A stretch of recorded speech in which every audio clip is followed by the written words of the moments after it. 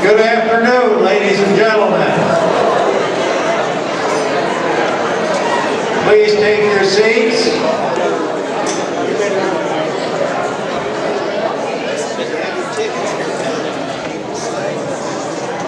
I'm already getting complaints from people in the front row.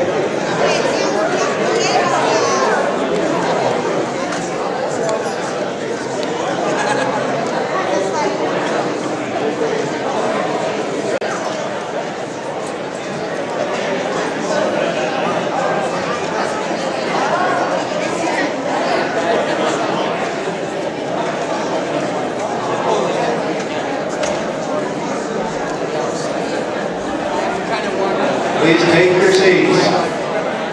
We don't want the food to get cold. Thank you all for attending our Lincoln Reagan Day luncheon. Nice turnout. It's good to see you all here. Our invocation will be done by Father Mike Smith. Father. Thank you and welcome. On behalf of St. Mary's Parish, we're always glad to have you use our facility, and I hope you will enjoy and have a wonderful time. I learned just before I came over that I had a death in the parish and I cannot stay with you, but have a good time even without me. Please rise.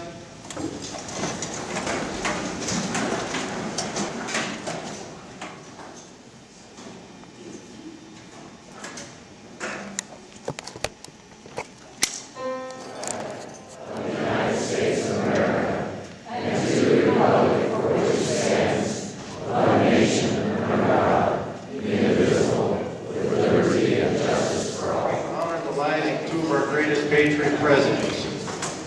A patriot is defined as, quote, one who loyally or zealously supports his own country.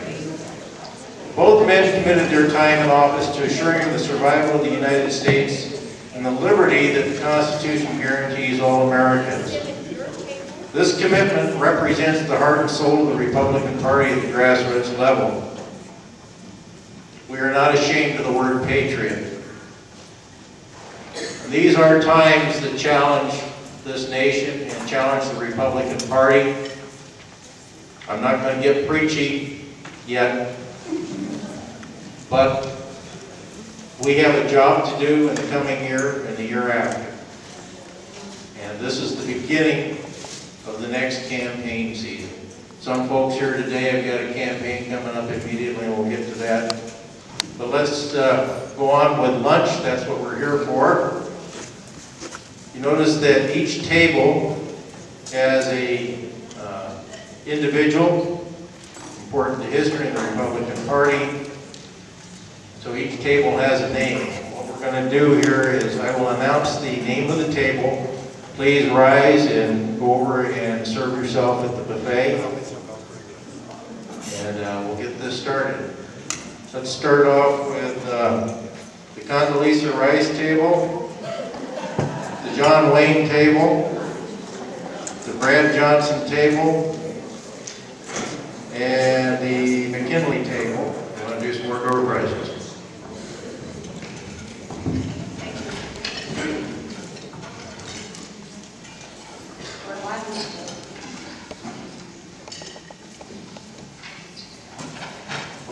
The next award is for 3 prizes, and so I need 3 precinct people over here to deliver them.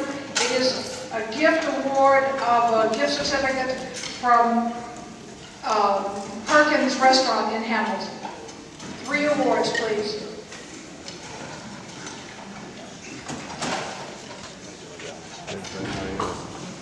Partial victory, huh? Good enough. Figure it out. Dave Tyrod. Lisa Lisa Tyrod. And Wes Pluttenberg. That's a lucky husband, I think. Wes, Lisa, and Dave, please raise your hands so they know where you are.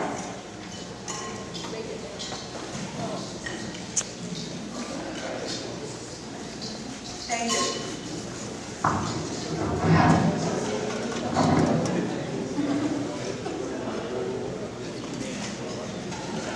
Lisa, did you get yours? Wes and Dave, did you get yours? Okay.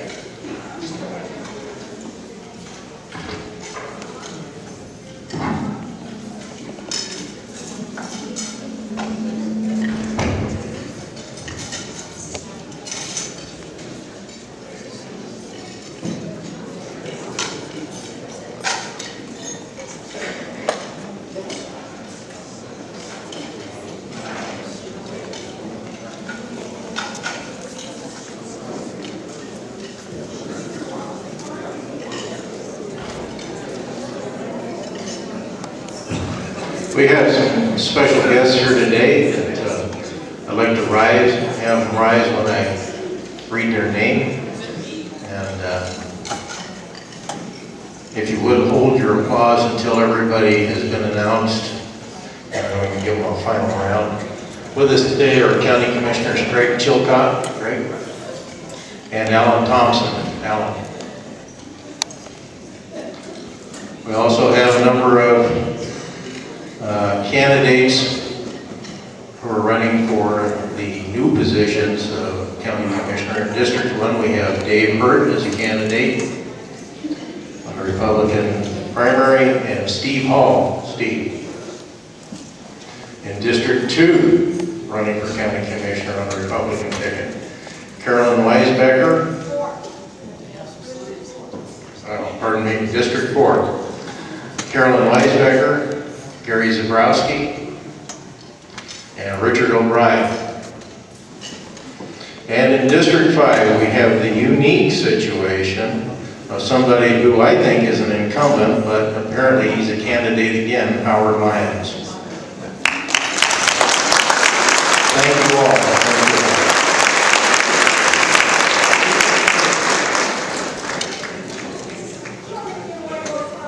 Go ahead, make my day.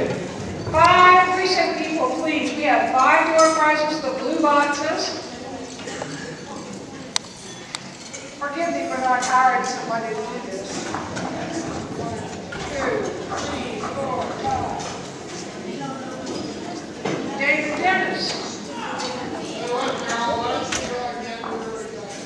Okay.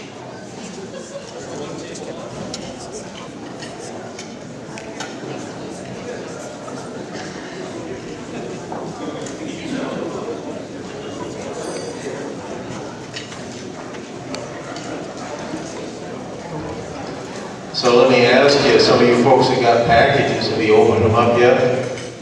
Is there anything good in there? Glad to hear that.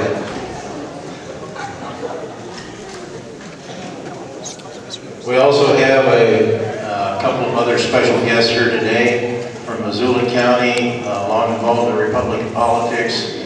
Thelma Baker, who has numerous titles, both present and past. Thelma, please stand.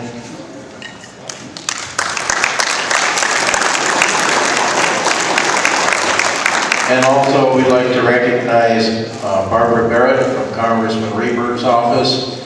Barbara's involved in the campaign. It's starting early.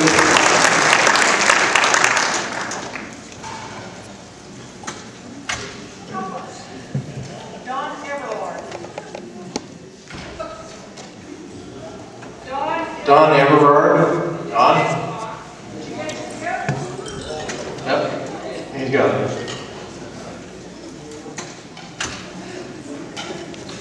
Also, at this time, we'd like to recognize the people on the Central Committee who helped make these functions possible, who do the work, the nitty-gritty for the party. I want to start off by recognizing, and some of these folks may be here, some may not, but we'll go through the list. Frankie Leibel, Don Ray, Martha Hayes, Forrest Hayes, Gene Stoker, Lee Foss, Betty Swift, Howard Anderson, Andy Larson, Harris Hines, Ann Kraft, Carolyn Simpson, Jason Bartosik, Susan Dresser, Charles Dresser, Judy Klein, Bob Klein, Jean Thomas, Bob Thomas, Jenny Erickson, Dallas Erickson, Jane Carr, Bob Carr, Jane Fillmore, Dave Hurt, Susanna Byron, Matt Brainerd, and Terry Nelson. We have additional openings on the Central Committee for any of you who are interested in a more active role with the local party. Please contact me or one of the names that you recognize. And even if we've got the precinct filled where you live, we can get you involved because we've got a big job on our hands in the next 2 years. Also, we've got somebody here today who is the 2007 president of the Ravalli County Republican Women, Colleen Dennis. Colleen, would you like to take the mic for a second here?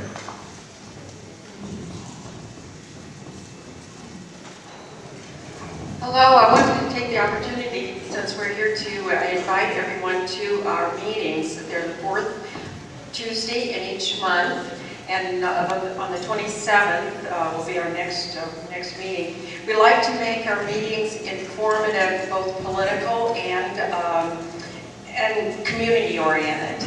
We usually have a political speaker and then community information sharing.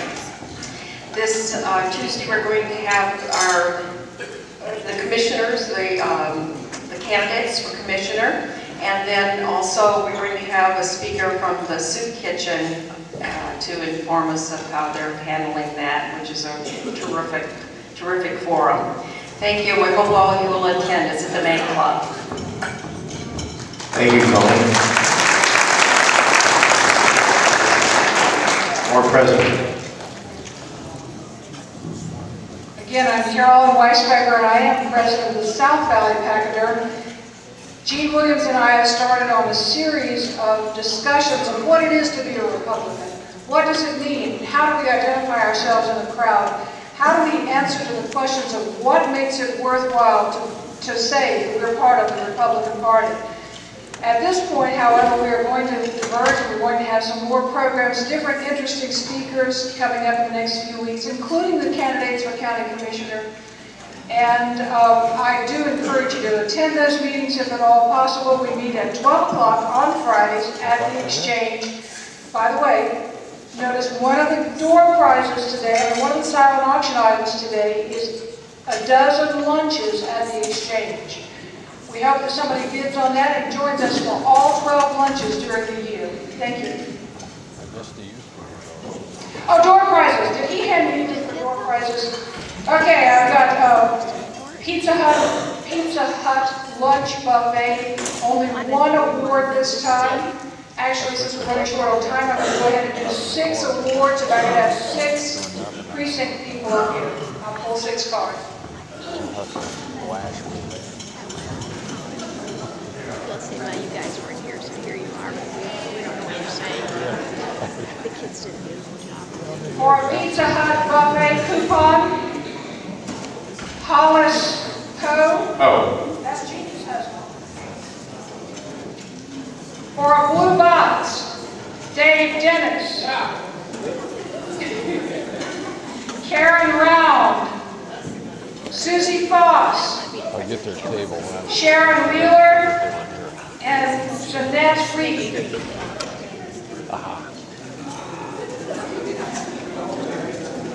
Step.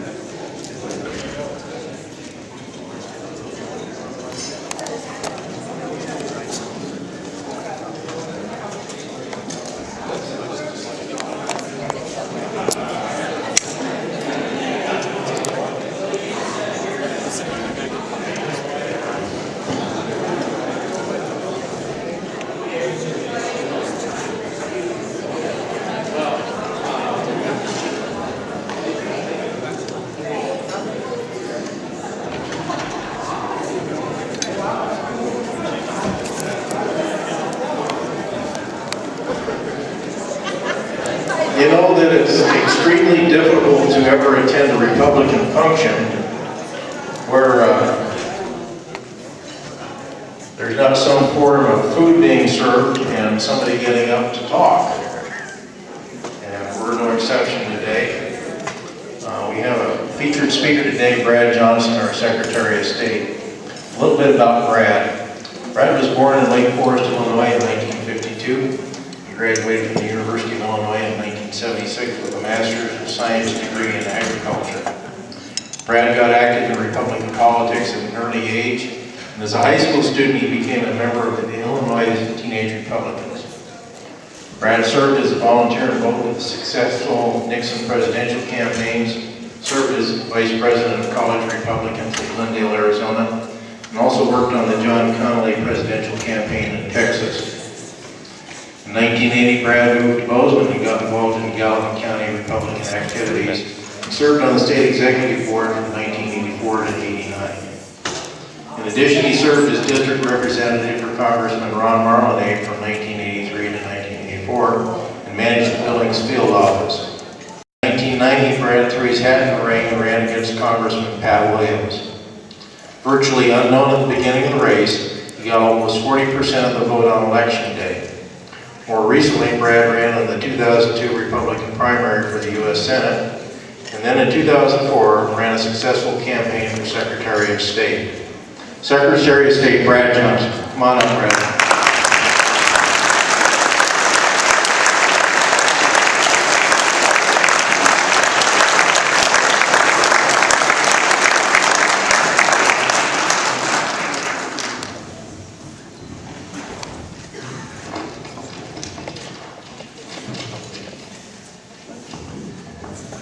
Man, thank you for that introduction. I love it when you guys read it just like we write it.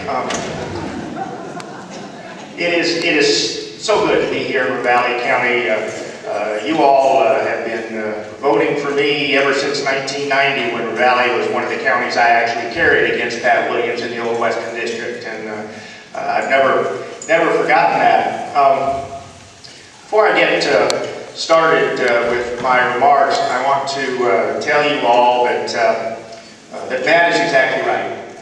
The 2008 campaign has begun, and I want all of you to be among the first to know that I have filed the appropriate paperwork with the Commissioner of Political Practices to establish my campaign committee, and I will seek another term as your Secretary of State in 2008.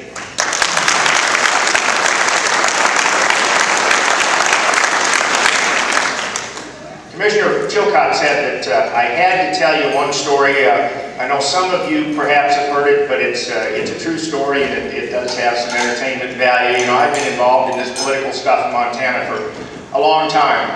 And after the election in 2004, when I realized I had won, we were starting to make plans. And Lisa and I were at a friend's house for dinner, and they had another couple over, and we were talking about the fact that Lisa is living and working in Bozeman still. I'm in Helena, and we're doing a lot of this commuting back and forth. And the husband from this other couple said, well, how long does it take to get from Bozeman to Helena? And my alleged friend Mark Peterson said it takes Brad 20 years.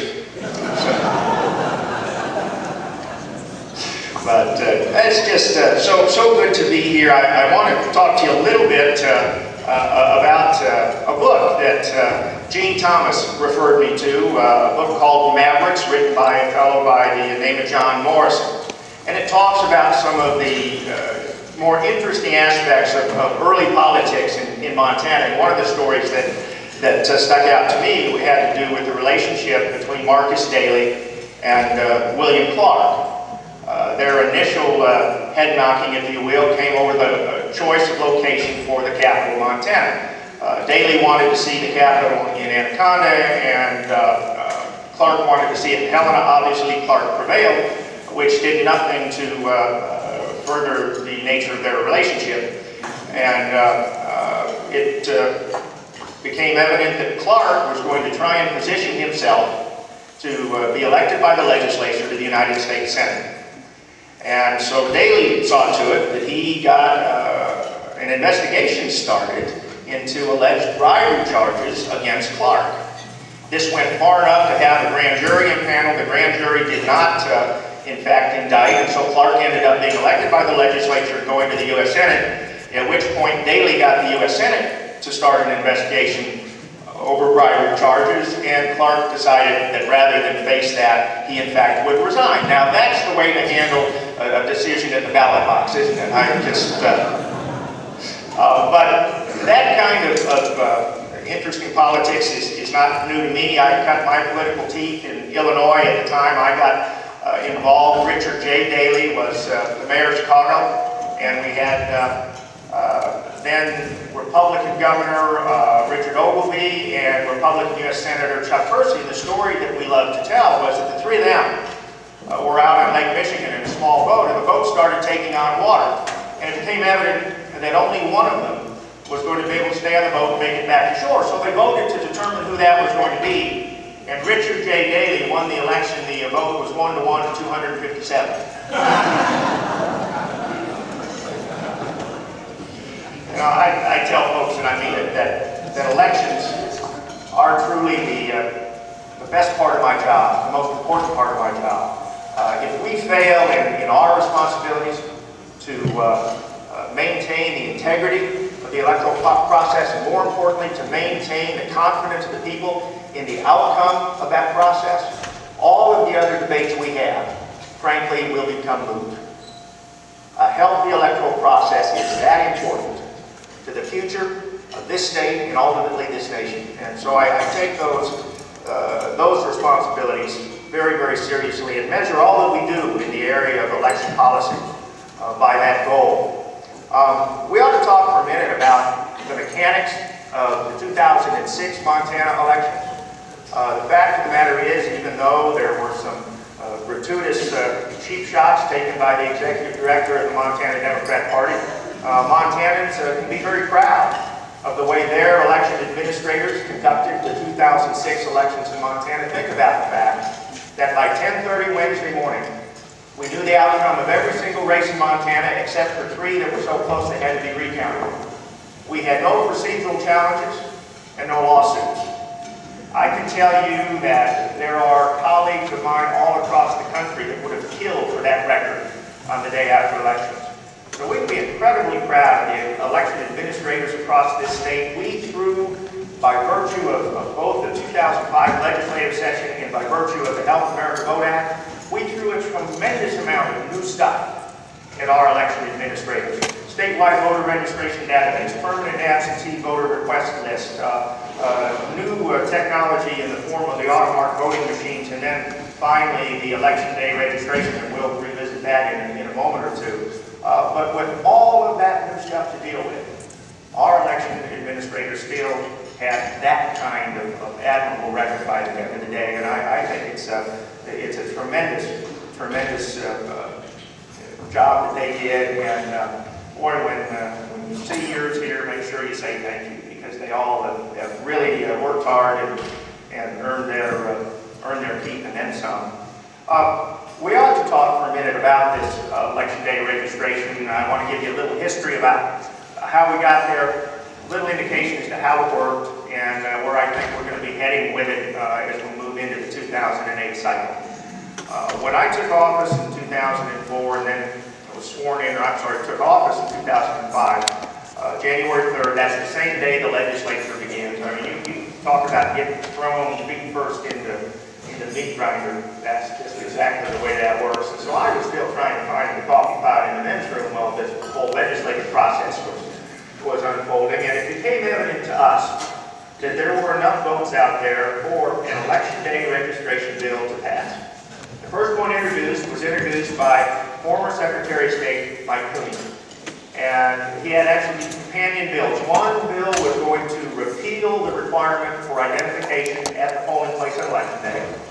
And the other was going to allow election day registration at every single one of the 860 plus polling places across the state of Montana. Folks, if we had done that, we would still be counting provisional ballots. It was just a completely unworkable system. And Senator Erickson from Missoula had a compromise bill that he came to us with that said 2 things. I won't mess with the identification requirement, and we'll have election day registration only at each county's election office. So 56 sites instead of 800 and some. And every one of those election offices was going to have guaranteed real-time access to the voter registration database, a key element in us maintaining the integrity of the process. So knowing that one of those two bills was going to become law, we struck a deal with Senator Erickson and said that we will support your bill if you can guarantee to us that you'll get Cooney's bills killed. And that's what we did. It was, given the options available to us, the responsible thing to do. I had no idea, nor did anyone else, what level of participation we were going to see in that new policy on election day.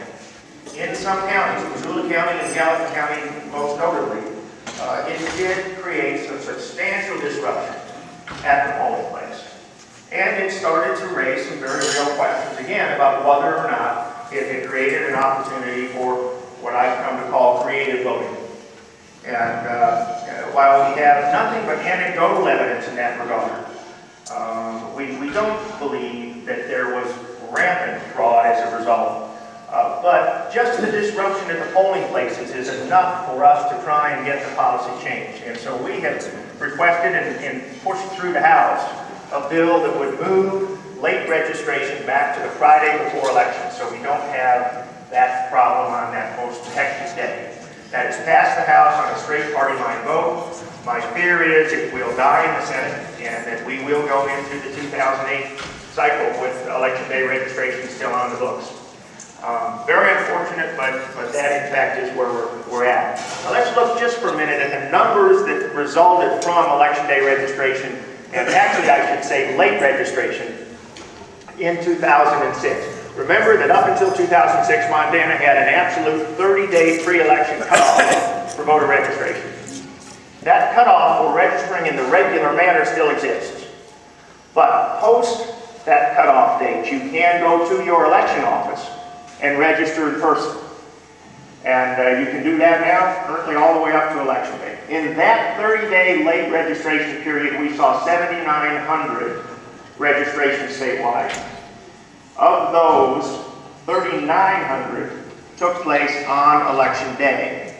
Of that 3,900, 1/3 or 1,300 was what we call transfer voters. That is, they were already registered in one jurisdiction and simply moved that registration on election day to another jurisdiction. So it was a wash. We were able to, in real time, remove them from the rolls of the original jurisdiction and add them to the rolls of the new jurisdiction. So when you subtract those 1,300, it means that 2,600 people actually registered as new voters on election day. That's 2,600 out of 411,000 votes cast. That's 2,600 out of about 650,000 registered voters. So in terms of increasing voter turnout with election day, number of questions, is it worth it for a 0.4% increase to create the kind of havoc and chaos that it is so difficult for an American whose right they are defending to take the initiative to go and register in a timely fashion, I think diminishes the sacrifice of those men and women in uniform.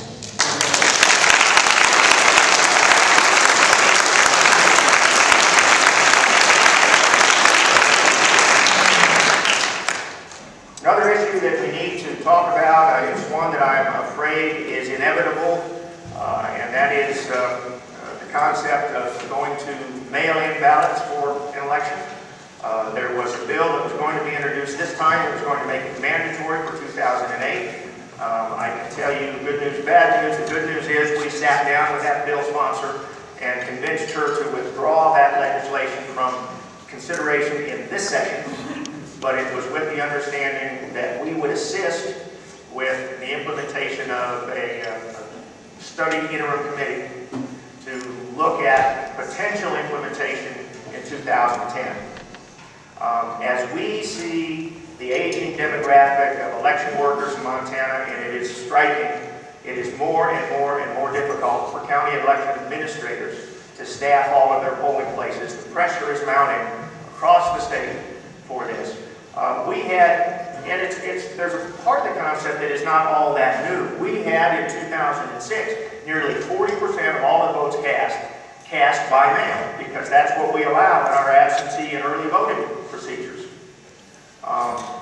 But that is still a different situation than simply sending out 650,000 ballots to every registered voter. And therein lies the concern from my perspective, is how are we going to guarantee that when we have 411,000 people cast a ballot and we've mailed out 650,000 ballots, that those 240,000 aren't going to find their way to some place where they shouldn't be.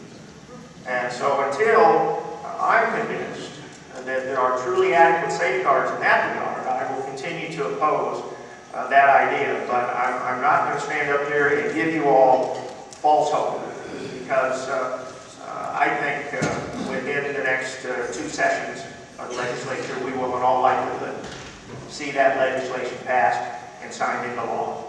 There were Republicans that I had to work very hard to convince not to support this in the legislature. It is not a party line issue at this point.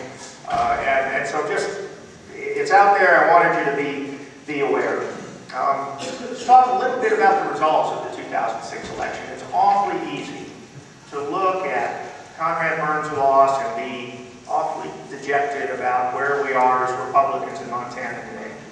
And I want to caution you against that, because while it certainly was a tremendous loss for all of us to see Conrad defeated, it is not representative of the political climate in Montana. Consider some of these numbers. Not only did Denny Reber have stunning re-election again, but there were in contested legislative races. Think about that. We're not counting the votes that folks with a free ride got.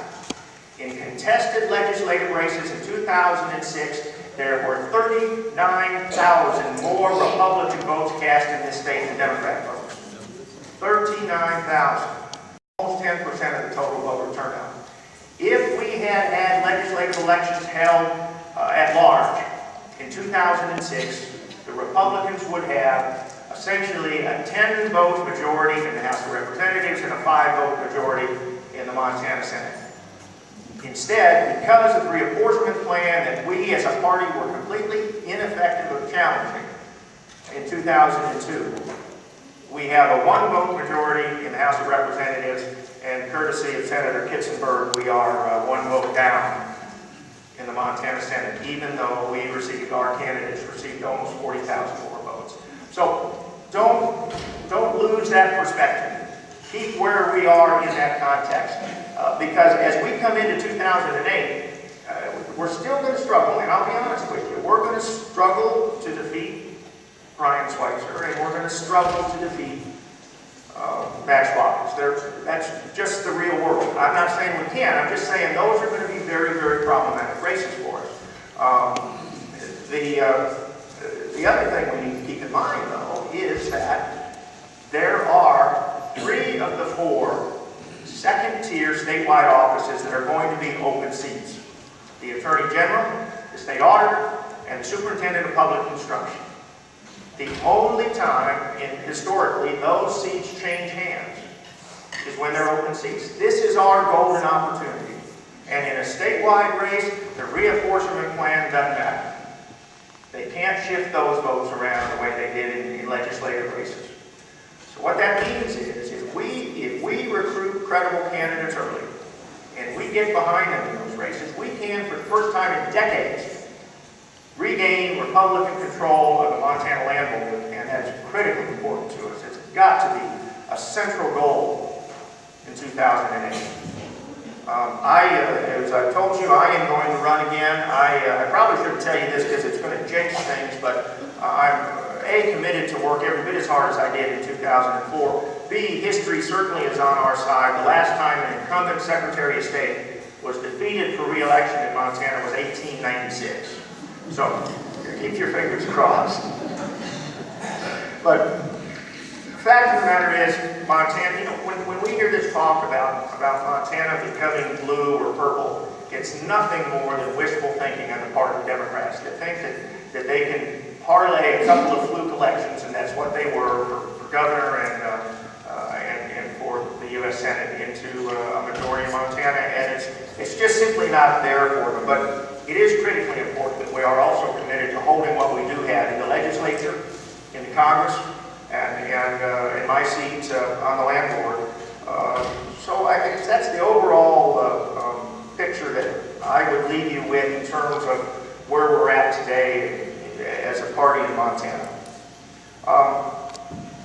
Finally, let me say to you that I believe if we were to take a half a dozen of those core Republican principles upon which we all agree and put them on a piece of paper without the word Republican anywhere around it, and circulate that paper to 650,000 registered voters in Montana and said, circle the ones you agree with, 75% of those folks would circle virtually everything on that page.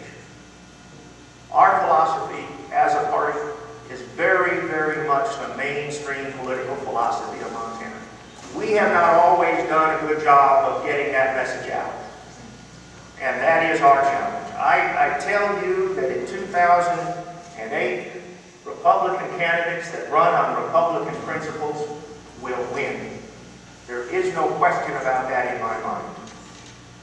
And I think that it is our challenge to come together, coalesce in every county in the state around those principles. Be committed to taking that message forward. I think that if we go from here, united by that single purpose, and committed to that common goal, we cannot help but prevail. And our prevailing in this race in 2008 is not so much critical to your and my future as it is to the future of those generations of Montanans that are still to come. So there is much at stake, and there is great reason for us to be committed to success. With that, my friends, let me tell you that it is always a privilege, an honor, and a great pleasure to be here with you in Ravalli County. Thank you. God bless.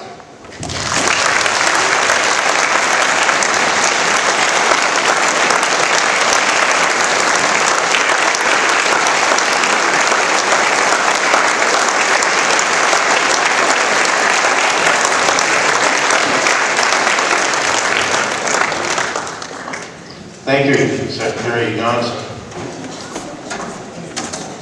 Carolyn, I believe we have some more door prizes. Let's do a bunch of them here. I need 5. Oh.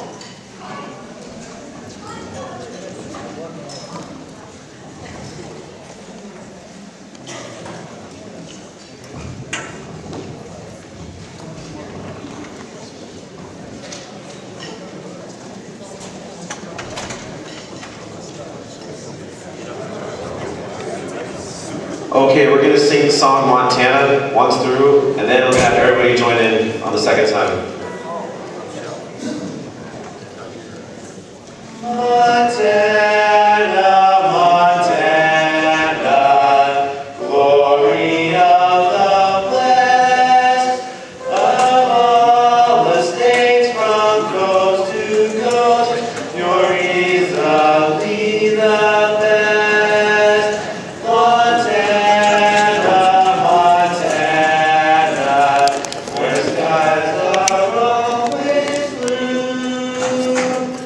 M-O-N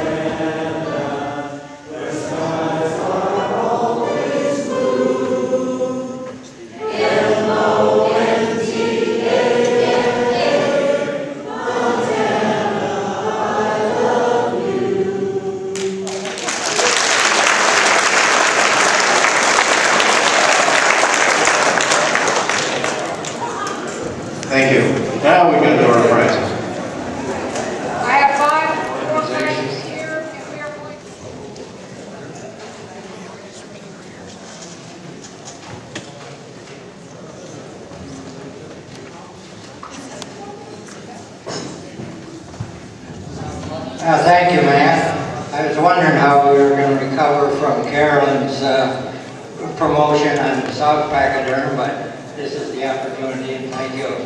Yeah, North Valley Pachyderm meets at the Frontier Cafe out on the highway at Stevensville, and we meet on the first Friday and the third Friday of every month.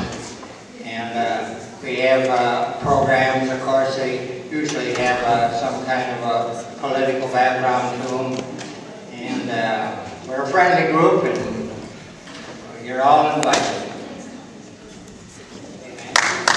Thank you, Ray. Now, if you notice, we've got two pachyderm clubs, north and south. That's only about 20 miles apart, a little less than that. And one club meets on the first Friday and the third Friday, and the other club meets on the second Friday and the fourth Friday. So, if you want to, you can actually attend both clubs, all 4 luncheons per month, and not cause any shame or dismay in either group. I mean, how can it be any better? I mean, it's a win-win politically, right? More prize.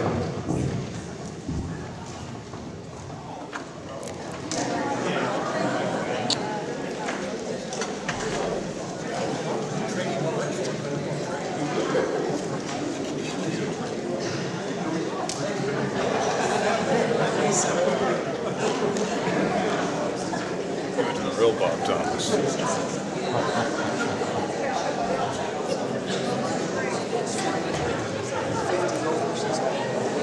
Okay, while they're doing the results of the silent auction,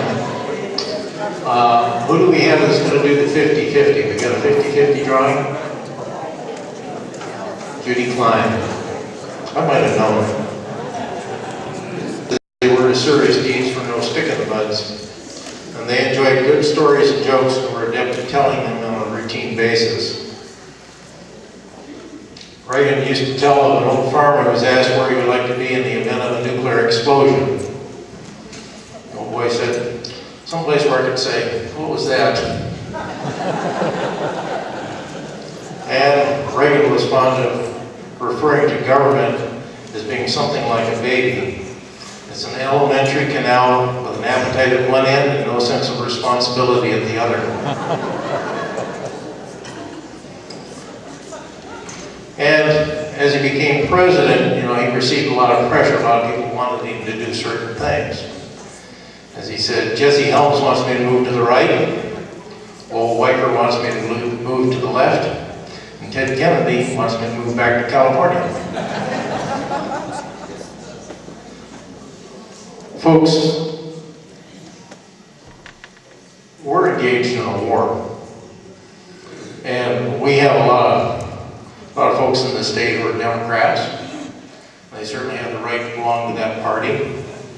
We've got a lot of folks who are independent, a lot of folks who mostly vote Republican, and a lot of people, and I'm sure that at some time or another you may have thought of yourself as this way.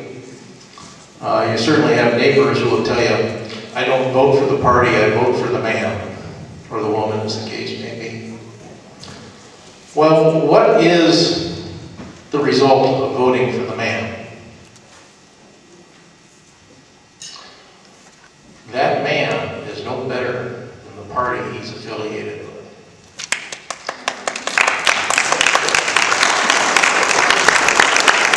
That man, in a case in point, we'll take Senator Joe Lieberman. Senator Joe Lieberman was sold out by the Democrat Party because he backed President Bush in the war on terror. Because he could clearly see the enemies to the United States and did not falter in supporting military action against that enemy. He was disowned by his own party. Now, his roots as a politician, as a representative of the people in his state, went deep enough that he ran in spite of the party, and he won. That's a person of strong character. I might not agree with him on everything, but I agree with him about America and the importance of defending this nation. So So let's take a look at our recent campaign here. Senator Tester, Senator Baucus. Will they go against their party to defend this nation? Hell no. No way. I don't care what you tell me about their integrity, how conservative they claim to be. They go with their party first. They will not fight that party. And to them, it's all about the power struggle to oust President Bush and make sure that they win the presidential elections. So, as you're faced with this, as you have individuals in the next year and a half, and they're talking politics,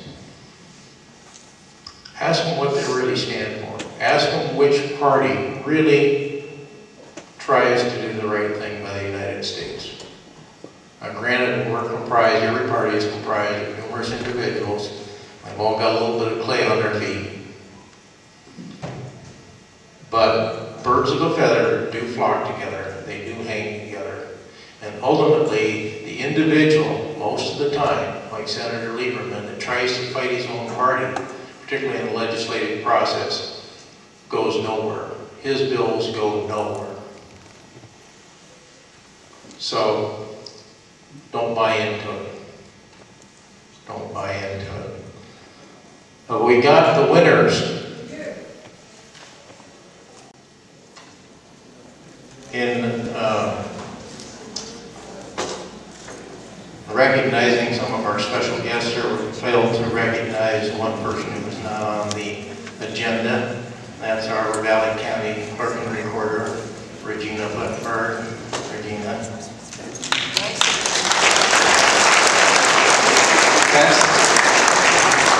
That's the person that has to deal with the stuff that comes out of the Secretary of State's office.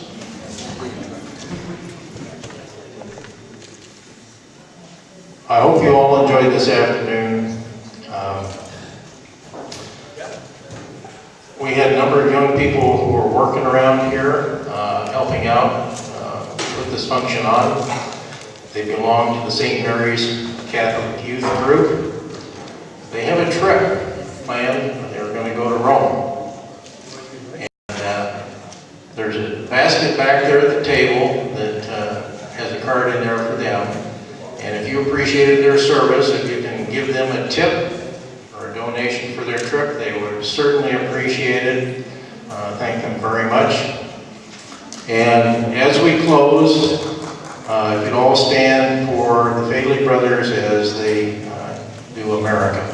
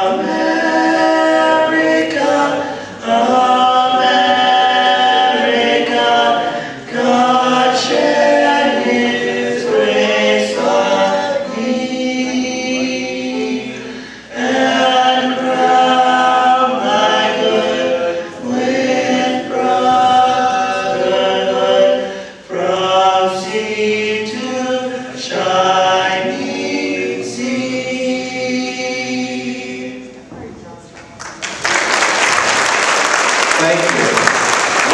One last note before you leave.